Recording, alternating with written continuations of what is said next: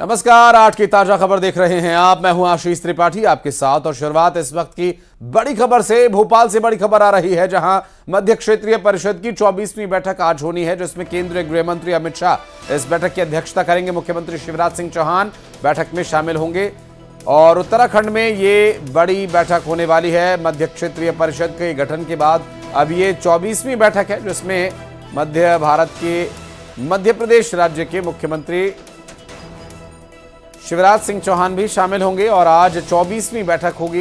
दरअसल केंद्रीय गृह मंत्री अमित शाह ये बैठक लेंगे। इस वक्त की बड़ी खबर, मुख्यमंत्री शिवराज सिंह चौहान भी इसमें शामिल होंगे और कई बड़े नेता इस बैठक में हिस्सा लेने के लिए पहुंचे हैं। आपको बता दें कि ये 24वीं मध्य क्षेत्रीय परिषद की बैठक आज होनी है उत्तराखंड में और इसके लिए तमाम बड़े दिग्गज यहाँ पर जुटेंगे। मध्य क्षेत्रीय भारत के बड़े नेता यहां पहुंचेंगे इस कार्यक्रम में। दरअसल मुख्यमंत्री शिवराज सिंह चौहान भी इस बैठक में मौजूद होंगे। मध्य क्षेत्रीय परिषद के गठन के बाद आज ये 24वीं बैठक होगी। केंद्रीय गृह मंत्री अमित शाह इस बैठक की अध्यक्षता करेंगे, बैठक लेंगे और इस बैठक से जुड़ी तमाम जानकारियां आप तक पहुंचाएंगे। फिलहाल आपको बता दें कि आज उत्तराखंड में ये बड़ी बैठक होने वाली है। भोपाल से इस वक्त की बड़ी खबर, आपको बता दें कि मध्य क्षेत्रीय परिषद की 24वीं बैठक आज होनी है और इस बैठक के माध्यम से किन विषयों पर चर्चा होती है, क्या कुछ फैसले होंगे, ये देखने का विषय होगा।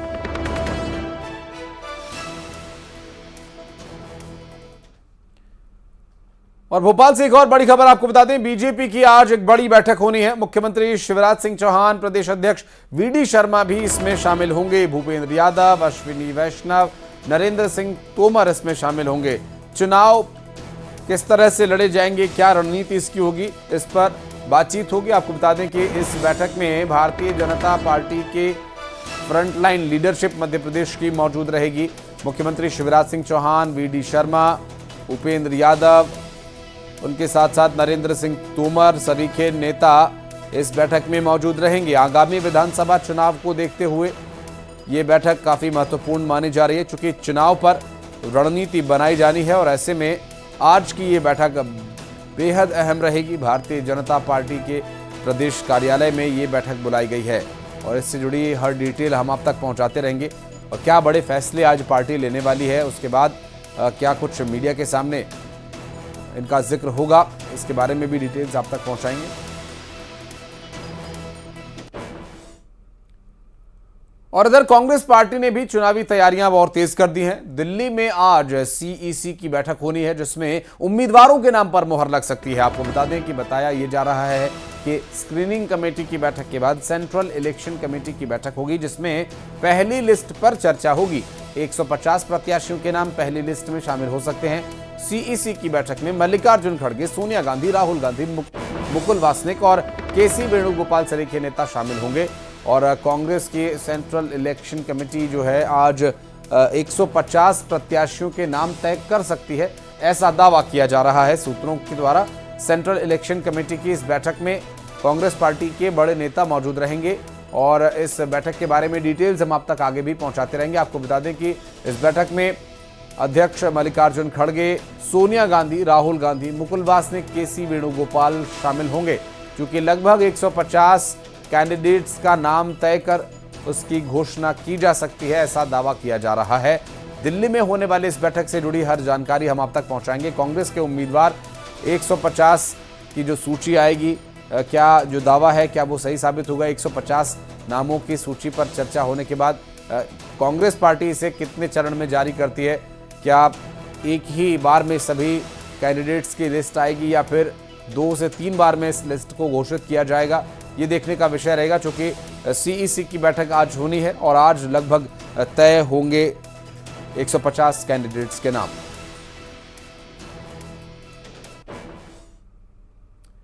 और इंदौर से हैरान कर देने वाला मामला सामने आया, जहां पर एक मर चुका शख्स नकली नोट छाप रहा है। आपको बता दें कि मरे हुए आदमी द्वारा नोट छापे जा रहे हैं, ऐसा रिकॉर्ड में आया। सरकारी रिकॉर्ड में मुख्य आरोपी राजेश मर चुका है और ये अशोक बनकर नकली नोट छाप रहा है और गिरोह बनाकर ये नकली नोटों का एक रैकेट चला रहा है। आरोपी 1 से 1.5 साल से नकली नोट छाप रहा था और 1 साल में उसने 30 लाख के जाली नोट खपा दिए। दरअसल फ्लैट से 4 प्रिंटर नोट छापने की मशीन बरामद की गई और 1,60,000 रुपए के नकली नोट भी यहां से बरामद किए गए हैं।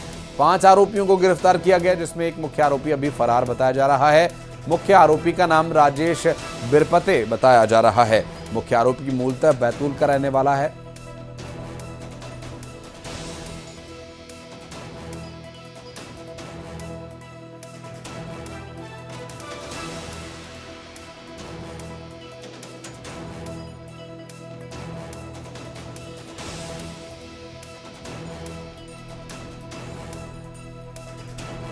और आरोपी राजेश नाम बदलकर यहां रह रहा था, अशोक चौहान बनकर ये यहां रह रहा था बताया जा रहा है। बैंक खातों से लेकर सारे सरकारी डॉक्यूमेंट्स अशोक चौहान के नाम से ये बनवा चुका है और आईबी भी इससे पूछताछ करेगी। दरअसल अन्नपूर्णा थाना पुलिस को ये बड़ी कामयाबी मिली। बताया जा रहा है कि सोशल मीडिया से इसने नकली नोट बनाने का तरीका सीखा और एक बड़ा खुलासा हुआ है।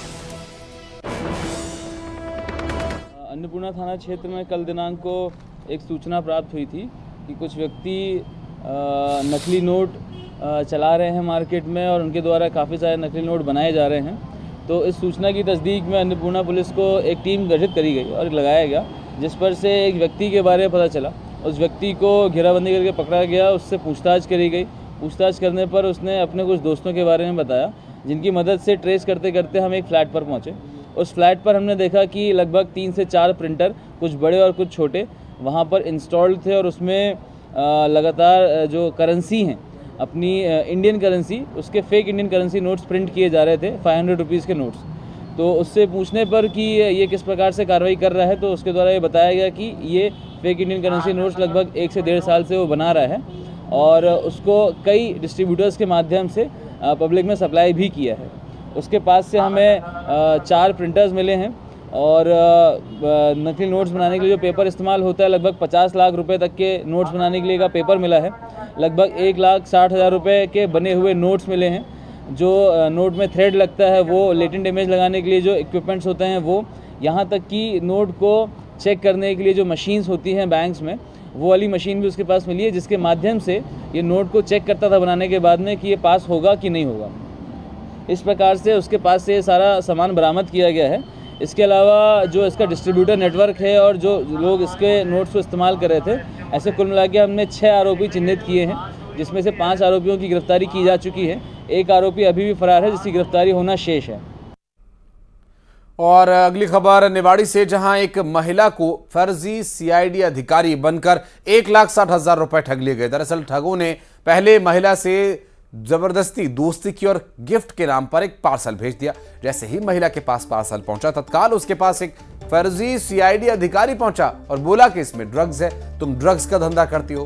फिर कई धाराओं में फंसाए जाने का डर दिखाकर महिला से रुपए ऐंठ लिए। बहरहाल पुलिस निवाड़ी ने 3 दिन में महिला के साथ ठगी करने वाले ठगों को धर दबोचा है। पुलिस की तत्परता के चलते 1,60,000 रुपए महिला से ठगने वाले आरोपियों को धर लिया गया है।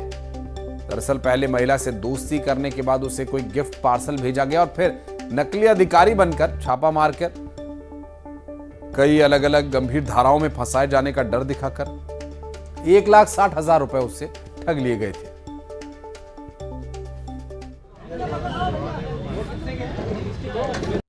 अरे मेन आदमी कौन है? एक महिला फरियादिया द्वारा थाना निवाड़ी में आवेदन दिया गया था कि दिनांक 22 सितंबर को उसके पास एक व्हाट्सएप कॉल आता है और उस व्हाट्सएप कॉल में जो अपराधी है, जो व्यक्ति है, जो उससे दोस्ती करने का उसे प्रलोभन देता है और बातचीत के बाद उसको बोला जाता है कि आपके लिए एक गिफ्ट हम भिजवा रहे हैं। वो गिफ्ट के नाम पर एक अन्य कॉल आता है और उस अन्य कॉल से जो है इनको बताया जाता है कि जो आपके लिए जो पार्सल आया है उसमें आपको कुछ पैसे देने पड़ेंगे, तब जाके वो पैसा आपको पार्सल आपको मिलेगा। उस पर से उसके साथ में 13,000 रुपये की धोखाधड़ी होती है और उसके बाद में इन्हीं के साथियों द्वारा अन्य कॉल से उसको फ़ोन करके धमकाया जाता है कि जो पार्सल आपके पास आया था उसमें ड्रग्स निकले हैं और हम नारकोटिक्स डिपार्टमेंट से बात कर रहे हैं, डीएसपी रैंक पे बात कर रहे हैं, जिसमें आपके खिलाफ में नारकोटिक्स के तहत कार्रवाई की जाएगी।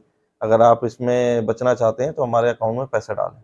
जिस पर से उस महिला के साथ में इन लोगों के द्वारा 1,60,000 रुपये की धोखाधड़ी की गई है। इसमें 3 लड़के हैं और सारांश करके जो आरोपी है उसकी मुख्य भूमिका है, जो जिसने बाहर काम करते वक्त हरियाणा के और दिल्ली के लोगों से जो टच में आया था, तब इसने ये कार्रवाई करना सीखी है। और बाकी 2 जो हैं आरोपी वो भी इसके रिश्ते में कहीं लगते हैं, तो उनको इसी के द्वारा सिखाया गया। और हरदा से एक किसान की जरा सी लापरवाही उस पर भारी पड़ गई। दरअसल किसान का रुपयों से भरा हुआ एक बैग एक नाबालिग लेकर रफू चक्कर हो गया। किसान मंडी में सोयाबीन बेचने के लिए आया हुआ था, जिसके रुपए उसने बैग में रखे और बैग को बाइक पर ही छोड़कर वो खाद लेने चला गया। इस दौरान घात लगाया बैठा एक नाबालिग आया बाइक से, उसने बैग को देखिए, ये तस्वीर देखिए आप। इसमें नाबालिग आता है और घात लगाए वो पहले से ही बैठा हुआ था। उसने भांप लिया था कि ये जो बैग है इसमें रुपए रखे हुए हैं। रुपयों से भरा बैग लेकर वहां से फरार हो जाता है। चोरी की ये पूरी सीसीटीवी वीडियो देखकर आप अंदाजा लगा सकते हैं कि इस वक्त कितने शातिर तरीके से छोटे बच्चों को भी चोरी के लिए इस्तेमाल किया जा रहा है। और हालांकि किसान ने इसकी शिकायत सिटी कोतवाली थाने को जरूर दे दी है और सीसीटीवी वीडियो चूंकि सामने आ चुका है, तो ऐसे में उम्मीद है कि जल्द ही आरोपी को पकड़ा जाएगा और इसके पीछे कौन लोग हैं इसके बारे में भी जानकारी मिल पाएगी। तो आपसे अपील है कि किसी भी तरह ऐसे अपने कीमती सामान को आप खुले में ना छोड़ें। जरा सी भी लापरवाही आप पर किस तरह भारी पड़ सकती है, इस तस्वीर को देखकर आप अंदाजा लगा सकते हैं।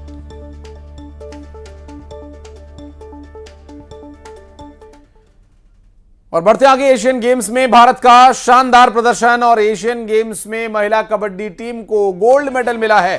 25 गोल्ड के साथ भारत के 100 मेडल्स पूरे हो चुके हैं। महिला कबड्डी की टीम ने 25वां गोल्ड मेडल जीता। एशियन गेम्स में लगातार भारतीय team her track and field हो या फिर अन्य कोई खेल, सब जगह बेहतरीन प्रदर्शन हमारे देश के खिलाड़ी दिखा रहे हैं। भारत का शानदार प्रदर्शन और अब कुल मिलाकर 100 मेडल्स हो चुके हैं। एशियन गेम्स में भारत का शानदार प्रदर्शन जारी है और एशियन गेम्स में महिला कबड्डी टीम को गोल्ड मेडल मिला है। भारत का शानदार प्रदर्शन खेलों में, और इससे जाहिर है कि भारतीय टीम की जो खो खो की टीम ने गोल्ड मेडल जीता है, एक बड़ी कामयाबी। अब 100 मेडल्स पूरे हो चुके हैं पदक तालिका में।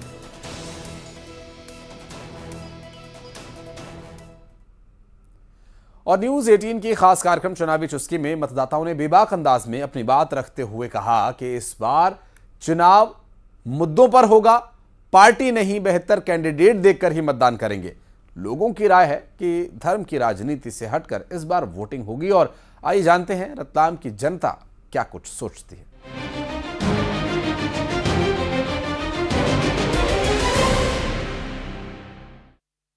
नमस्कार, न्यूज़ 18 के खास कार्यक्रम चुनावी चुस्की में आप सभी का बहुत बहुत स्वागत है। सेव, साड़ी और सोने के लिए मशहूर रतलाम से मैं हूं सुधीर जैन और अभी हम खड़े हैं रतलाम के ही नहीं बल्कि मालवा के प्रसिद्ध जो शक्तिपीठ है, जो शक्ति का केंद्र है, माँ कालिका माता के दरबार में प्रांगण है। और ये माँ कालिका का वही दरबार है, ये वही क्षेत्र है जहाँ पर हर दिन सैकड़ों या मैं कहूँ कि हज़ारों की तादाद में श्रद्धालु जुटते हैं। और आज हम इसी माँ कालिका माता के प्रांगण से लेके आए हमारा खास कार्यक्रम चुनावी चुस्की। और हमारे साथ मौजूद है बहुत सारे जो है सीनियर सिटीजन है यहाँ पे हमारे साथ में, जो हर दिन यही पहुँचते हैं चाय की चुस्कियों के साथ में, रतलाम और मध्य प्रदेश की राजनीति पर चर्चा करते हैं। और इन्हीं लोगों से आज हम जानेंगे कि क्या इनके मन में है, रतलाम में क्या चल रहा है, मध्य प्रदेश के मन में आखिर क्या, और क्या लगता है मध्य प्रदेश की राजनीति के समीकरण के इनके हिसाब से इनसे समझते हैं हम कि आखिर क्या माहौल है। दादा नमस्कार, रोज़ आते हैं आप लोग यहाँ चाय पीने? जी हाँ, हम पेंशनर एसोसिएशन ग्रुप के लोग हैं और 25 से 30 तकरीबन रोज़ हम बैठते हैं। अभी श्राद्ध पक्ष चल रहा है, फिर भी हम काफ़ी लोग हैं और 1 घंटे हम यहाँ चाय पे रोज़ मिलते हैं। रतलाम में चुनाव का माहौल शुरू हो गया है? हाँ जी। कैसा माहौल रतलाम में क्या है अभी? हाँ, माहौल तो रतलाम में भी सरगर्मी तो चल रही है। दोनों दल अपने मुहिम और अभियान को उन्होंने चालू कर दिया है। पहली बार मैं ऐसा देख रहा हूँ कि चुनाव की अभी तो आचार संहिता लागू नहीं हुई, उसके पहले ही चारों ओर वातावरण गर्म हो गया। कुछ टिकटों की भी घोषणा हो गई, कुछ लोग अखाड़ों में भी आ गए। अभी हम रतलाम के लोग इंतज़ार कर रहे हैं कि कांग्रेस और बीजेपी का कौन उम्मीदवार बनता है। यहाँ हमारे अखाड़े में पहलवान नहीं उतरे हैं, बाकी सब जगह उतर गए। आप बताएं, आपको क्या लगता है? मेरे को सर अभी फ़िलहाल तो कुछ नहीं लगा। कुछ तो लग रहा होगा भैया, पुराने चावल हैं आप तो पुराना मेरे को कांग्रेस का लग रहा है। कांग्रेस का लग रहा है आपको। कहाँ, मध्य प्रदेश में कि रतलाम में? रतलाम में। ये रतलाम में कांग्रेस आएगी जी। क्यों लगता है रतलाम में कांग्रेस आएगी? रतलाम नहीं सर, मध्य प्रदेश। मध्य प्रदेश में क्यों आएगी कांग्रेस, क्यों आएगी? कुछ कारण तो होगा उसके पीछे। नहीं, अब हमारे लोगों को सुन नहीं रहे हैं, इसलिए ऐसा मेरे को क्या नहीं सुन रहे आप? कोई भी मांगे हैं वो पूरी नहीं करते, ओल्ड पेंशन वगैरह। ओपीएस का जो मामला है बड़ा, अभी प्रोटेस्ट भी हुआ था दिल्ली में। जी जी, उसी के और क्या लगता है? स्वास्थ्य बीमा वगैरह कुछ नहीं कर रही, पुराने एरियर भी नहीं दे रहे हैं, इसलिए। मतलब सीनियर सिटीजन कहीं ना कहीं थोड़े से नाखुश मुझे लग रहे हैं यहाँ पे रतलाम में। सर आप बताएं, आप तो बिल्कुल चमकता हुआ चेहरा है आपका, क्या लग रहा है रतलाम में और क्या लग रहा है मध्य प्रदेश में आपको? देखिए, अभी कुछ कहने में एक आध सप्ताह का समय और लगेगा, अभी चूँकि टिकट रतलाम में घोषित नहीं हुआ है, थोड़ी जल्दबाजी हो जाएगी अभी कुछ कहना। बाकी ये निश्चित है कि रतलाम में चारों तरफ विकास दिखाई दिया है और सर्वहारा वर्ग का विकास सड़कों से लेकर के तो गलियों और मोहल्लों तक दिखाई दिया है, इसमें कोई दो राय नहीं है। भगवा रंग में नजर आ रहा है रतलाम, यहाँ पे बड़ी भागवत भी चल रही है। हाँ, विधायक महोदय के विशेष उससे ये चल रहा है और ये भी एक अच्छा है, पर इसके आधार पर केवल कुछ भी कहना, मैं ऐसा मानता हूँ कि जल्दबाजी होगी। अभी एक सप्ताह का समय लगेगा स्थिति को स्पष्ट होने में, थोड़ा एक सप्ताह का समय लगेगा। सर आप बताएं, कांग्रेस विपक्ष को लेकर क्या कहना चाहेंगे? विपक्ष को लेकर आपकी क्या राय है? हाँ, विपक्ष सर ये है कि एमपी में जो है, जो अपने शिवराज सिंह सरकार है, सिर्फ पेंशनरों को नहीं, इन लोगों ने व्यापारी भी असंतुष्ट हैं इनसे और काफ़ी लोग असंतुष्ट हैं। ऐसा लग रहा है कि शिवराज सिंह चौहान की जो सरकार है, हो सकता है बीजेपी आ जाए, लेकिन शिवराज सिंह तो किसी हालत में आने वाले और आना भी नहीं चाहिए, क्योंकि इन लोगों सभी लोगों को इतना परेशान किया इन्होंने, और ये एंड टाइम पर इतनी डिमांड करने के बाद भी एंड टाइम पर ये घोषणा करते हैं और इतने परेशान हो जाते हैं सब लोग कि कुछ कह नहीं सकते। तो हम भी ये चाहते हैं कि बीजेपी भले एक बार आ जाओ, लेकिन शिवराज तो आना ही नहीं चाहिए। चेहरा बदलेगा, ऐसा इनका कहना है, चेहरा बदलना चाहिए। इधर आप बताएं, चाय की चुस्कियों के साथ में जो कहीं ना कहीं राजनीति की बातें भी आपकी होती है यहाँ पे, क्या लगता है, क्या कांग्रेस से कितनी उम्मीद है आपको? कांग्रेस की उम्मीद जहाँ तक अभी फिलहाल कोई परिदृश्य साफ नहीं हो रहा है। हालांकि कमलनाथ जोर लगा रहे हैं, मध्य प्रदेश में भी जोर लगा रहे हैं, वो तब्दील लग रहा है। लेकिन हमारे यहाँ पे वर्तमान स्थिति जो है, जो अपने विधायक महोदय तो सब काम कर रहे हैं यहाँ पे, लेकिन बीजेपी जो है, हमारी शिकायत विधायक से नहीं, हमारी शिकायत है बीजेपी से, क्योंकि सरकार ने जो है हम पेंशनरों को एकदम कूड़े की तरह अलग कचरे में पटक दिया। हमारी जितनी भी मांगे हैं उसके ऊपर कोई सुनवाई नहीं हो रही। छत्तीसगढ़ का बहाना बना करके धारा 49 को हटाने की बात हम कब से कर रहे हैं, उसको भी नहीं हटा रहे हैं। हम लोगों का 32 महीने का 27 महीने का एरियर वो भी सरकार खा के बैठी। मतलब बीजेपी सरकार जो है पेंशनरों को क्या मालूम क्या समझती है। पेंशनर नाराज है सरकार से कुल मिला के। आप युवाओं की क्या सोच सरकार को लेके और खासतौर पर रतलाम शहर को लेके? हमारा तो ये सोचना है कि कोई भी पार्टी आए, बस गरीबों के हित में काम होना चाहिए, जो कि नहीं हो पा रहा है। योजनाएं काफ़ी आती है, पर पैसा कहाँ जाता है किसी को नहीं मालूम।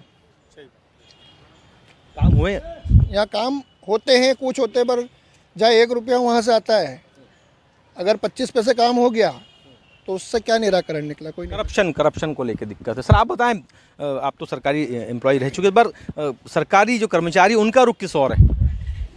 देखिए, शासकीय कर्मचारी तो क्राउन के साथ बंधे हुए होते हैं, ये स्पष्ट है, लेकिन अंतःकरण से जहाँ तक वोटिंग का सवाल है, वे अंतरात्मा में एनालाइज तो करते हैं, उनकी बहुत सारी मांगे हैं और उस पर शासन का सकारात्मक रुख निश्चित करेगा। दूसरा, मैंने आपसे पूर्व में भी कहा कि थोड़ा सा समय चाहिए। अभी जहाँ तक मध्य प्रदेश का सवाल है, एक पक्ष की छोटी मोटी लिस्ट आई है।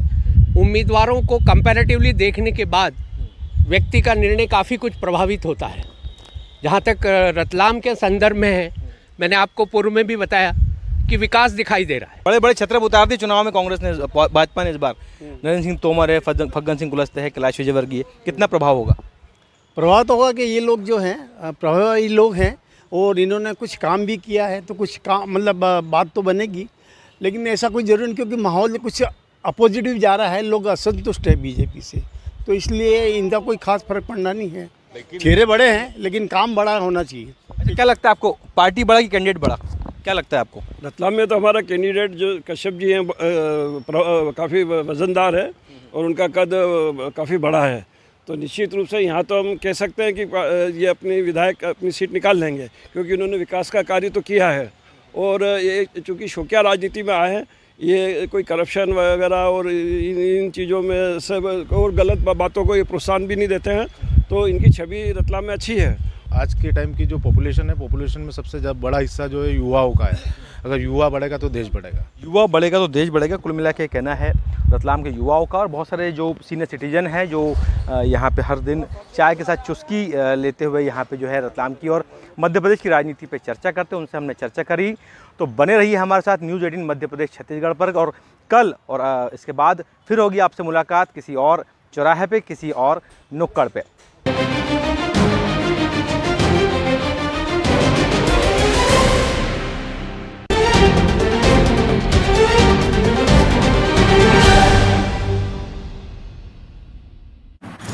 रणबीर को 6 अक्टूबर शुक्रवार को